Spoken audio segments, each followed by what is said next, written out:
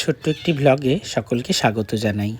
আজ রবিবার প্রত্যেকটা রবিবারের মতনই ব্যস্ততম একটা দিন আমার কাছে কেন, যে কোনো আর্টিস্টের কাছেই রবিবার ভীষণ ব্যস্ততম দিন।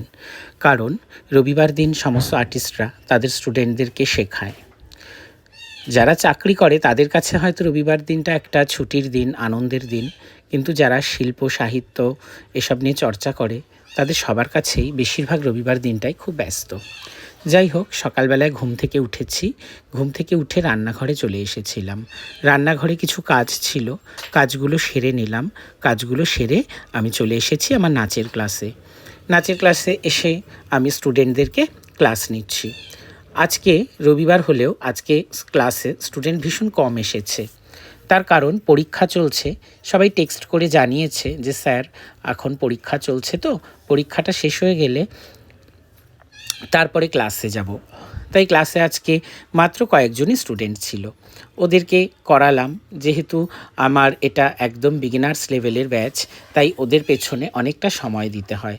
ওদেরকে ধরে ধরে খুব ভালো করে যত্ন সহকারে ক্লাস করাতে হয়। ক্লাস করানো শেষ করে আমি নিচে চলে এসেছিলাম। নিচে চলে এসে আমার ব্রেকফাস্ট করব বলে কিছু খাবার রেডি করে নিচ্ছিলাম।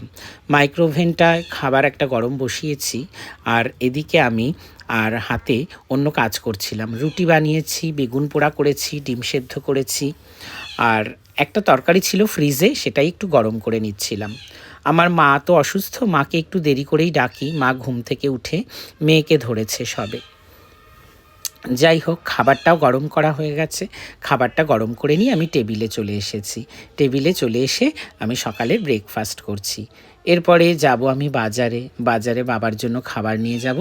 আর বাজার থেকে যা যা দরকার প্রয়োজনীয় সবজি, মাছ, মাটন, চিকেন সব কিছুই কিনে নিয়ে আসব। এই একটা ঘন্টার মধ্যে আমাকে পুরো বাজারটা সারতে হয়, কারণ বাজার তাড়াতাড়ি করে সেরে আবার বাড়িতে ফিরতে হবে। বাড়িতে ফিরে আবার আমার 12টা থেকে ক্লাস। তো 12টা থেকে একদম 2টো পর্যন্ত ক্লাস চলবে। কন্টিনিউ ক্লাস করা, তার ফাঁকে ফাঁকে এতগুলো কাজ করা, তাই কাজের সময় আমাকে কাজটা খুব তাড়াতাড়ি সেরে নিতে হয়, না হলে আমাকেই সাফার করতে হয়। বাড়িতে এসে আবার কিছুটা রান্না করে তবে ক্লাসে যাব। তাই বাড়িতে এসে আমি সবার প্রথমে সবজিগুলোকে বার করে নিচ্ছিলাম।